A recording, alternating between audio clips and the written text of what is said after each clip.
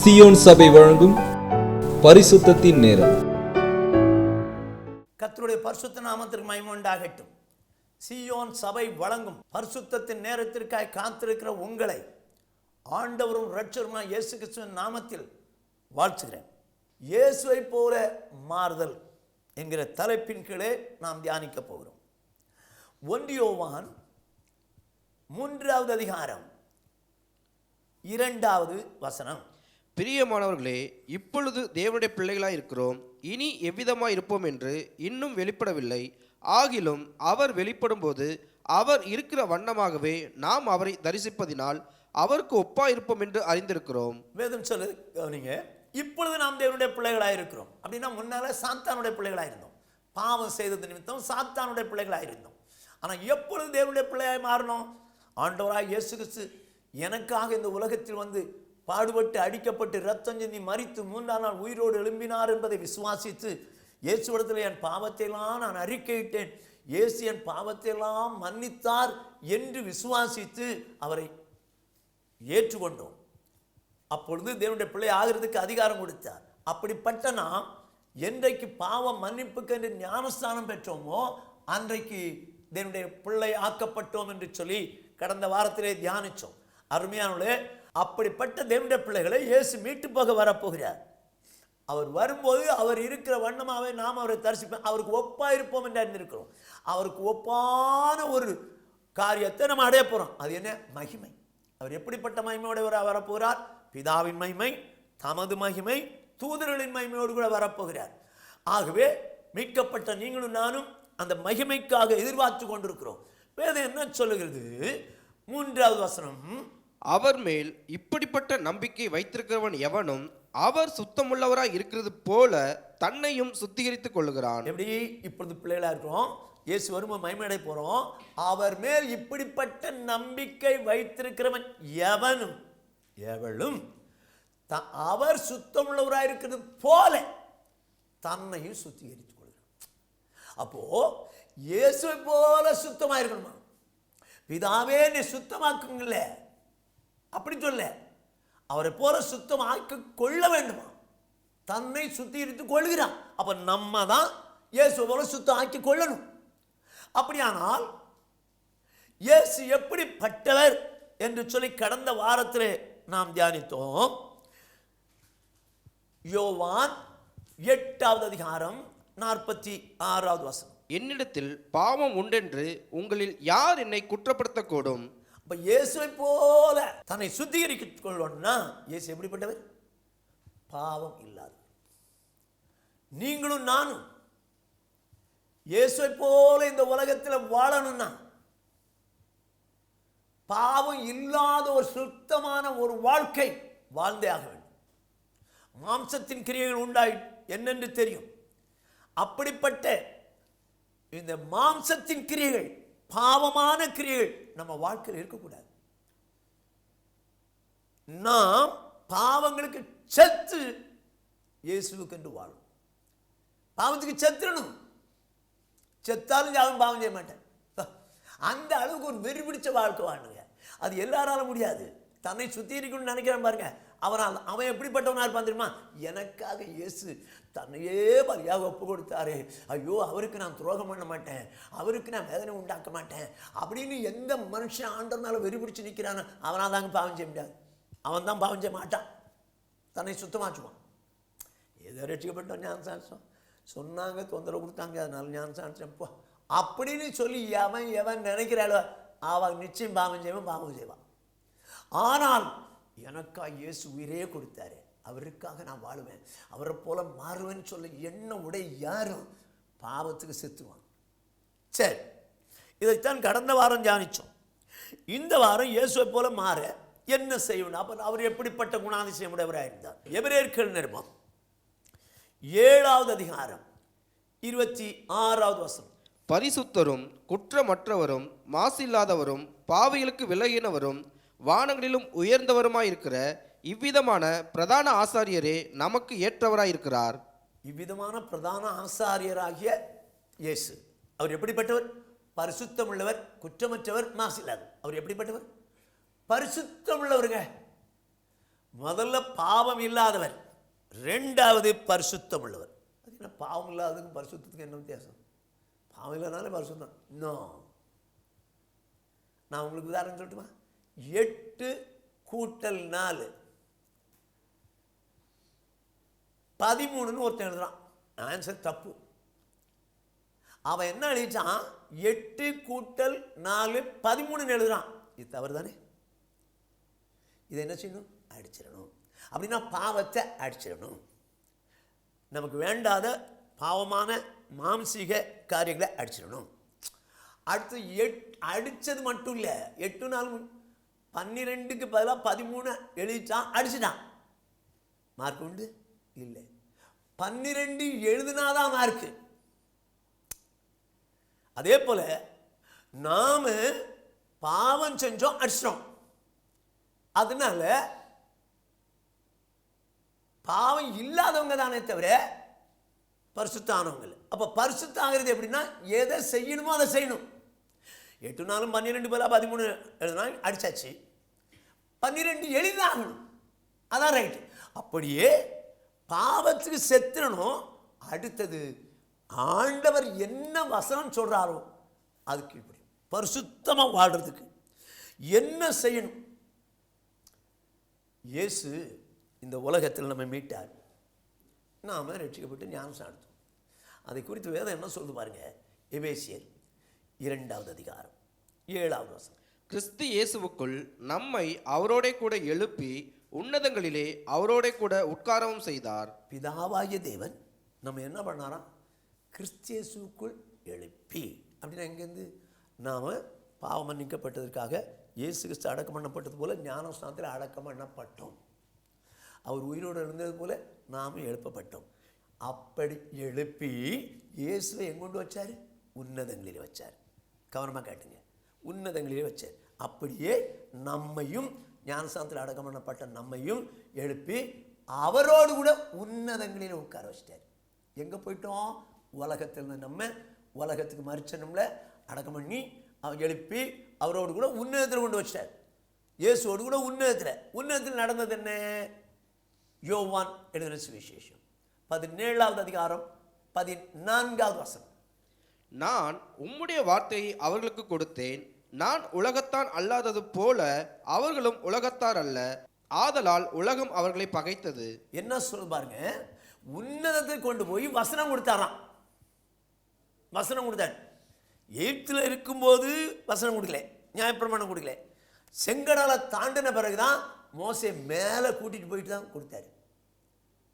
அப்படியே உன்னதத்துக்கு கொண்டு போன தேவன் இயேசு கிறிஸ்து மூலமாக நமக்கு வசனம் தந்தாராம். வேதம் அப்படிதான் சொல்லுது.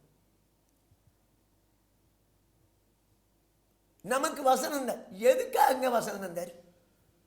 எதுக்காக வசனம் தந்தார்? பாவத்துக்கு செத்து அடக்கம் பண்ணி பட்டி ஞானஸ்நானத்தில் அடக்கம் பண்ணி மேலே கொண்டு போயாச்சு. இப்போ ஏன் வசனம் தந்தாரு? வேதம் சொல்லுது 17ஆம் வசனம். உம்முடைய சத்தியத்தினாலே அவர்களை பரிசுத்தமாக்கும். உம்முடைய வசனமே சத்தியம். அருமையானே, இந்த வசனம் தான் ஒரு மனுஷனை பரிசுத்தாக்கும். இந்த வசனம் தான் ஒரு மனுஷனை பரிசுத்தாக்கும். நீங்கள் பைபிள் படிக்கிறீங்களா? எதுக்கு படிக்கிறீங்க? எதுக்கு படிக்கிறீங்க? கஷ்டத்தில் மத்தியில் பைபிளை படித்து ஆசீர்வாதம் கிடைக்காவா? தலைக்கு மாட்டில் வச்சு படுத்துப்பாங்க. எதுக்கு? காற்று கருப்பு வராது. அதுக்கா? எதுக்குங்க பைபிள் படிக்கிறீங்க? இல்லை எதுக்கு தான் சர்ச்சில் போய் வசனம் கேட்குறீங்க? எதுக்காக? அதன்படி வாழ்றதுங்க. இயேசுவை போல பரிசுத்தம் அடையணும்னா வசனத்தின் தான் வாழ்ந்தாகணும்.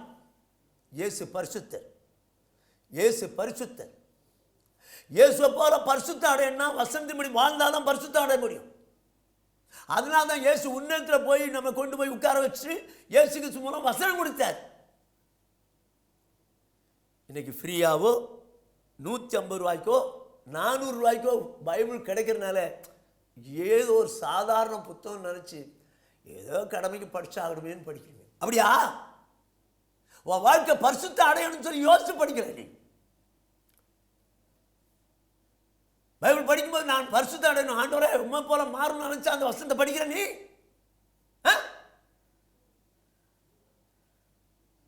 இன்னைக்கு படிக்கலன்னா நஷ்டம் வரும், கஷ்டம் வரும். இதுக்காக இயேசு வசனம் கொடுத்ததே உன்னை என்ன அந்த வசனத்தினால் பரிசுத்தாக்கலாம். என்ன சொல்லுது? அவர் மேல் எப்படிப்பட்ட நம்பிக்கை உள்ளவன் எவனும் அவர் சுத்தமுள்ளவராக இருக்கிறது போல தன்னையும் சுத்தமாக்கிக்கிறான். அப்ப தன்னை சுத்தமாக்குறது வசனம். வசனம்தான் சுத்தமாக்கும். நீ வசனம் படிச்சுட்டு வசனத்துக்கு மாறாம நடந்தா என்னது அர்த்தம் இல்லையே. படிச்சதுக்கு அர்த்தம் இல்லையே. சர்ச்சுக்கு போற வசனம் கேட்குற, என்ன பண்ற?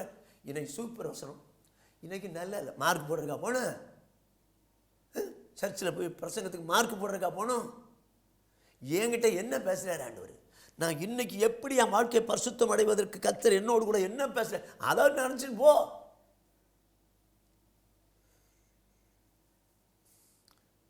அதாவது இயேசு கிறிஸ்து இந்த உலகத்துக்கு வந்தார். தேவ சித்தப்படியே அவர் எல்லாம் செஞ்சார். தேவன் சொன்னபடியே சொன்னார், செய்தபடியே செஞ்சார். இங்க ஒரு சம்பவத்தை உங்களுக்கு சொல்ற மாதிரி, யோவான் எழுதின சுவிசேஷம் 19வது அதிகாரம் 28வது வசனம். அதன் பின்பு எல்லாம் முடிந்தது என்று இயேசு அறிந்து வேத வாக்கியம் நிறைவேறத்தக்கதாக தாகமாய் இருக்கிறேன் என்றார். எல்லாம் முடிஞ்சிச்சுன்னு தெரிஞ்சிச்சு. அவருக்கு ஜீவனை விட்டு போயிட வேண்டியதுனே. ஏன் தாகமாக இருக்கிறேன்னு சொன்னார்? அவர் நினைச்சிருந்தா கற்பாறையிலிருந்து நீர் ஊற்ற வரவழைத்த தேவனுக்கு, தண்ணீரை திராட்சரசமாய் மாற்றின தேவனுக்கு, ஜனத்தை தாகம் தீர்க்க வேண்டும் என்பதற்காக தாகத்தை தீர்ப்பதற்கு தண்ணீர் நீரூற்றை உண்டாக்கின கர்த்தருக்கு தாகமாக இருக்கும்போது தண்ணி வரட்டும், இல்லைன்னா உமிழ்நீர் சுரக்கட்டும் அப்படின்னு நினச்சாச்சு. வந்திருக்காதா? சுரக்காதா? கட்டாயம் கிடைக்கும். ஆனால் ஏன் தாகமாக இருக்கிறேன் என்று சொன்னாராம்? வேத வாக்கியம் நிறைவேறும். ஆஹா, அவர் தாகமாக இருக்கிறேன் என்று சொல்ல வேண்டும் சிலுவையிலே. ஆகவே சிலுவையிலே தொங்கின அவர் தாகமாக இருக்கிறேன் என்று சொன்னார். வசனம் என்ன சொல்லுது அப்படியே செஞ்சு முடிச்சாருங்க. அந்த வசனம் தான் பரிசுத்தாக்கும். அருமையான சௌர்ண சௌரியே, உன் வாழ்க்கையில் பரிசுத்த அடையறதுக்கு வேதத்தை எப்படி படிக்கிற? எப்படி படிக்கிற? ஏதோ கடமைக்கு ஒன்று படிச்சுட்டு நீதிமொழிகள் காலையில் ராத்திரி சங்கீதம் எப்படி? இதை தவிர நிறைய கிறிஸ்தவங்க பைபிளை பாருங்க, நீதிமொழியும் சங்கீதம் தான் அழுக்கா இருக்கு. ஏன்னா அதை தவிர வேற எதுவும் படிக்கிறதுக்கு விருப்பம் இருக்குது. ரூத் அப்படின்னு சொல்லி எடுங்கன்னா, ரூத்தா அது எங்கே இருக்காங்க? எங்கள் வீட்டு பக்கத்து வீட்டில் ஒரு அக்கா தான் இருக்கா. ரூத் தெரியாது. ஏன்னா நமக்கு அதெல்லாம் படித்து பழக்கமே இல்லை, பழக்கமே கிடையாது. எங்கள் பைபிளை எழுதி கர்த்தர் அருமையாக கொடுத்துருக்கிறாருங்க. அவருடைய வார்த்தைங்க.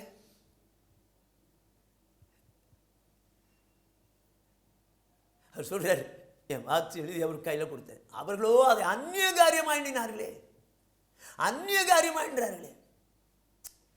நான் லவ்வுக்கு டெட் அகைன்ஸ்ட், ஒத்துக்கவே மாட்டேன். ஆனால் சும்மா உதாரணம், ஒரு பையன் ஒரு பொண்ணை விரும்புகிறான், திக்காக விரும்புகிறான், அவளும் திக்காக விரும்புகிறான்.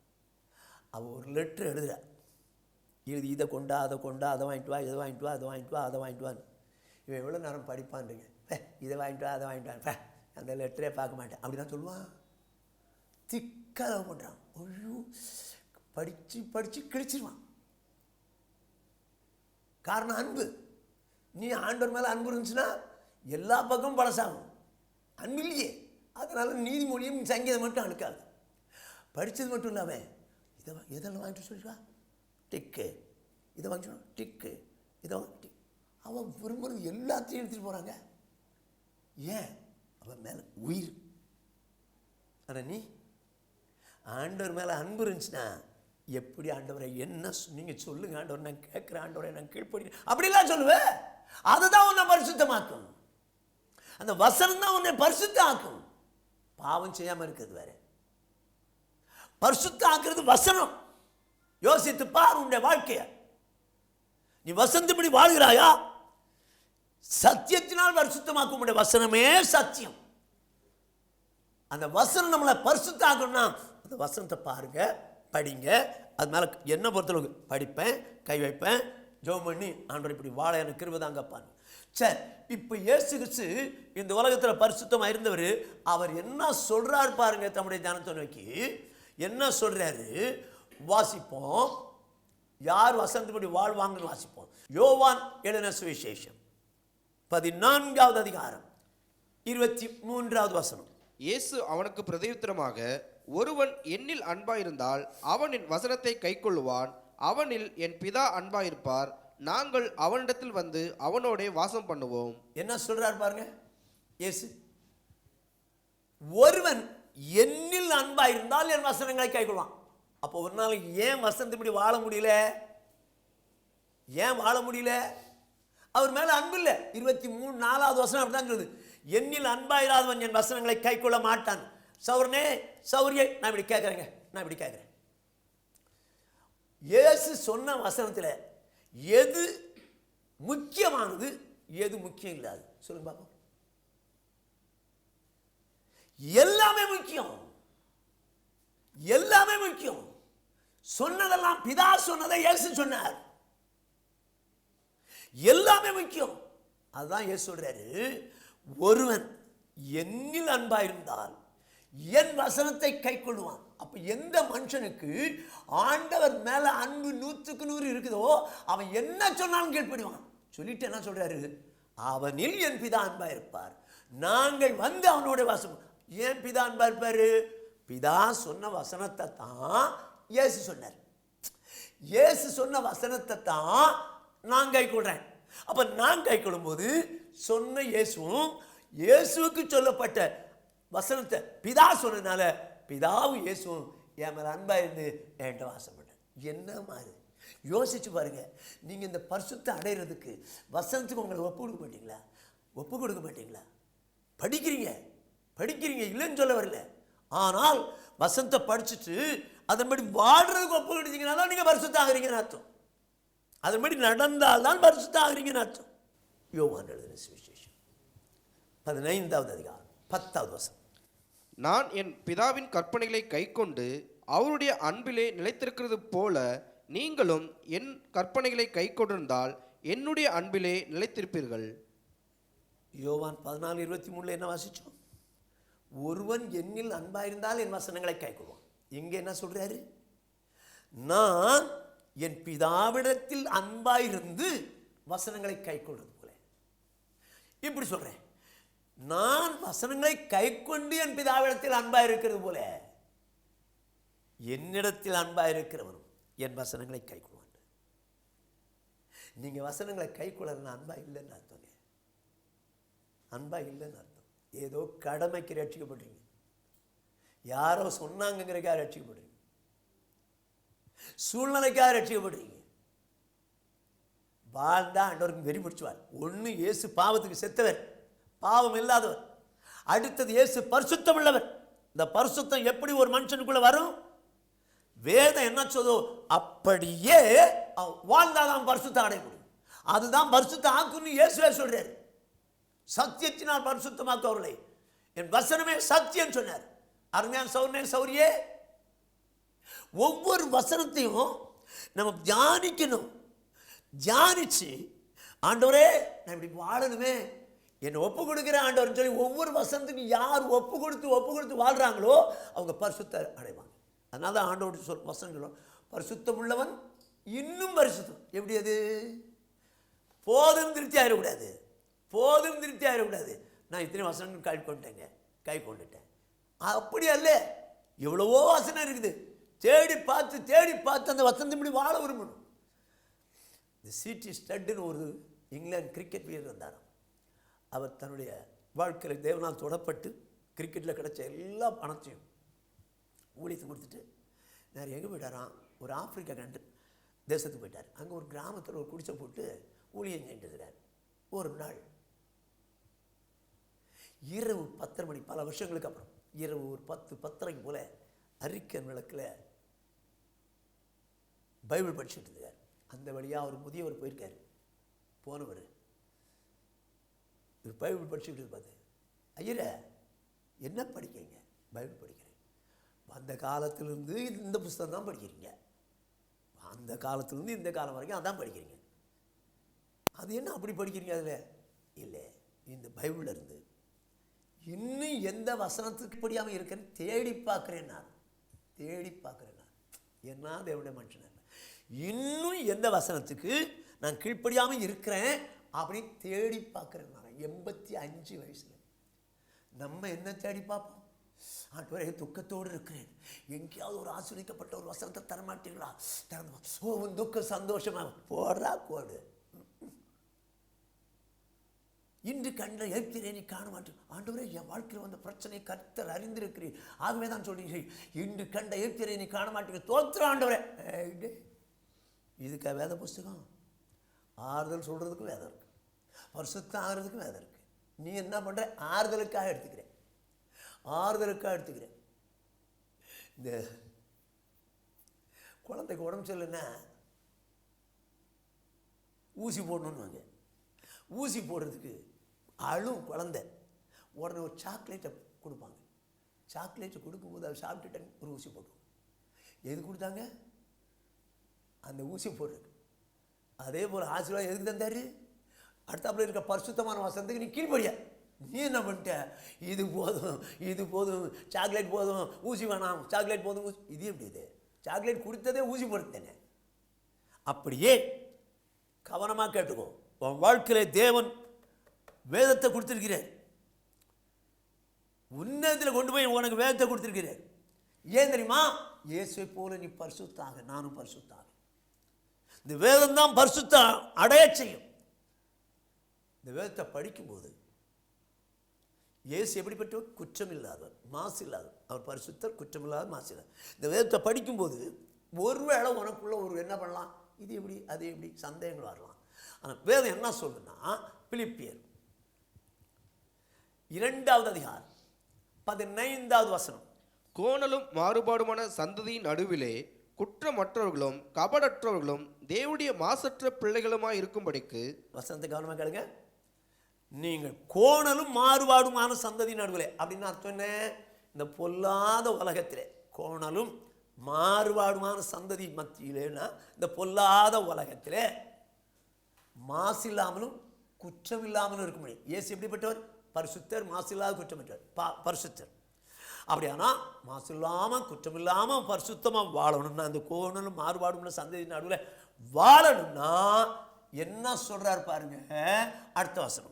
எல்லாவற்றையும் முறுமுறுப்பில்லாமலும் தர்க்கிப்பில்லாமலும் செய்யுங்கள். கர்த்தருக்கு மகிமை உண்டாயிட்டும். எப்படியா? இந்த கோணலும் மாறுபாடுமான சந்ததியின் நடுவில் நீ மாசற்ற குற்றமற்ற பரிசுத்தமான ஒரு வாழ்க்கை வாழணும்னா, வேதம் சொல்லு, நான் சொல்லலை, எல்லாவற்றையும் முறுமுறுக்காமல் தர்க்கம் பண்ணாமல் செஞ்சோம். அப்படின்னா வேதம் தேவன் தந்தவங்க,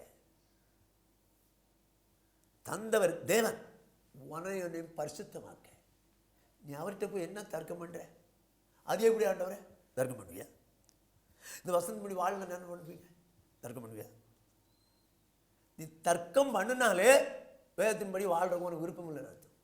முறுமுறுக்காத, முறுமுறுத்தாலே தேவன் விரும்ப மாட்டார். எங்க அவர் கொடுத்த வசனங்க, அவர் மேல அன்புள்ளவன் தர்க்கம் பண்ணவே மாட்டான், முறுமுறுக்கவே மாட்டான். உன் வாழ்க்கை கொஞ்சம் யோசித்து பார், உன் வாழ்க்கை கொஞ்சம் யோசித்து பார். வசனம் உனக்கு கஷ்டமா இருக்குன்னா நான் ஆண்டோட ஜெபம் பண்ணி கேட்க, இது எப்படி எளிதந்தவரே ஆண்டவரே அவற்றே ஜெபம் பண்ணவா, என்ன சேவா வேண்டாமான்னு அது எப்படி சொல்லுவாரு? நோவாவை குறித்து வேதம் அழகா சொல்லும். 6ஆம் அதிகாரம் கடைசி வசனம். அவர் சொன்னபடியே செய்தார், சொன்னபடி எல்லாம் செய்தான். எப்படி எப்படி? சொன்னபடி ஏன் செய்தான், சொன்னபடி எல்லாம் செய்து முடித்தான். இயேசு எல்லாம் செய்து முடித்தார். நீயும் நானும் வேதத்தை வேதமா படிச்சு படிச்சு படிச்சு வாழ்ந்து முடிக்கணும். அப்படின்னா தான் பரிசுத்தம் அடைய முடியும். இயேசுவை போல, இயேசுவை போல பரிசுத்தம் ஆகணும்னா நீ வேதம் படிச்சு வேதத்தின்படி தான் வாழ்ந்தான். முறுமுறுக்காத, தர்க்கம் பண்ண. அவன் செய்யல, இவன்லாம் இப்படி பண்ணல, நான் மட்டும்தான் பண்ணுமாக்கா. அவன் எவனோ எப்படியோ போகிறான், உனக்கு என்ன? நீ பறக்கணுமா வேண்டாமா, மைமேடணுமா வேண்டாமா? மைமேடன்னு இன்ட்ரெஸ்ட் இருந்தா இயேசு போல பரிசுத்தம் ஆகு. பரிசுத்தாகு. இப்படிலாம் செய்ய முடியுமாங்க, இந்த உலகத்தில் இப்படிலாம் வாழ முடியுமாங்க அப்படிலாம் சொல்லாத. வாழ முடியாத ஒன்று ஆண்டவர் ஒன்றும் சொல்லலை. ஏசாயா தீர்க்கதரிசன புஸ்தகம் 66வது அதிகாரம் 2வது வசனம். என்னுடைய கரம் இவைகளை எல்லாம் சிருஷ்டித்ததினால் இவைகளெல்லாம் உண்டாயின என்று கர்த்தர் சொல்லுகிறார். ஆனாலும் சிறுமைப்பட்டு ஆவியில் நொறுங்குண்டு என் வசனத்துக்கு நடுங்குகிறவனையே நோக்கி பார்ப்பேன். என்ன சொல்றாரு? என் வசனத்துக்கு நடுங்கிறவனே. அப்படின்னா என்ன? முறுக்க மாட்டான், தர்க்கம் பண்ண மாட்டான், உடனே செய்கிற ஆண்டவரே. நடுங்கிறது நாங்கள் உடனே செய்யுதான், உடனே சரி. உங்கள் வாழ்க்கை கொஞ்சம் யோசித்து பாருங்க. நான் ஆண்டவர் ஒரு தடவை சொன்னேன், இன்னொரு தடவை ஆண்டவர் எனக்கு அதை என்ன பண்ணுங்க, கன்ஃபார்ம் பண்ணுங்க ஆண்டவர். அது என்னது இது? ஒரு தடவை தான் சொல்லியாச்சு, 8 நாளும் 12. ஆண்டவர் 12 எழுதவா, 12 எழுதவா, இன்னொரு தடவை சொல்லிதாங்க 12 எழுதவா. அதை வந்து 12 எழுத சொல்லிட்டேன். அப்புறம் என்ன 12 எழுதவான்னு கேட்டுடுங்க. உனக்கு தான் சொல்லிட்டேனே. இந்த பாருங்க, என் வசனத்துக்கு நடுங்கிறவனே நோக்கி பார்ப்பேன் சொன்னால் உடனே கீழ்படிடுங்க. அவர் மேலே நம்பிக்கை இருக்கிறவன் இவர் தான். இப்படிப்பட்ட பரிசுத்தம் உள்ளவனாக இருக்கணும்னா அது சொன்னது உடனே கீழ்படிங்க. உங்களை போல நான் பரிசுத்த அடைய என்னை அர்ப்பணிக்கிறேன்னு சொல்றியா? ஆண்டவர்கிட்ட கேட்கலாமா? எங்களை நேசிக்கிற எங்கள் மகா பரிசுத்தம் உள்ள எங்கள் பரலோக பிதாவே, உங்களுடைய பரிசுத்தமுள்ள நாமத்தை வாழ்த்தி ஸ்தோத்திரிக்கிறோம். இயேசுவை போல பரிசுத்தம் அடைம்படிக்கு எங்களுக்கு தந்த வசனங்களுக்காய் கோடாகோடி ஸ்தோத்திரம், கோடாகோடி ஸ்தோத்திரம். உங்கள் வசனத்துக்கு நடுங்கிறவளாய் என்னை எங்களை மாற்றி விடுவீராக. உண்மை போல எங்களை பரிசுத்தமுள்ளவளாய் மாற்ற வேண்டும் என்று செபிக்கிறோம். ஒப்பு கொடுக்கிற ஆண்டவரே, மனப்பூர்வமாக ஒப்பு கொடுக்கிறோம். நீங்கள் சொன்ன வார்த்தையின்படியே வாழ்ந்து நாங்கள் பரிசுத்தம் இயேசுவை போல பரிசுத்தம் அடைய எனக்கு எங்களுக்கும் கிருபை. இயேசு கிறிஸ்து இன்ப நாமத்தில் பிதாவே.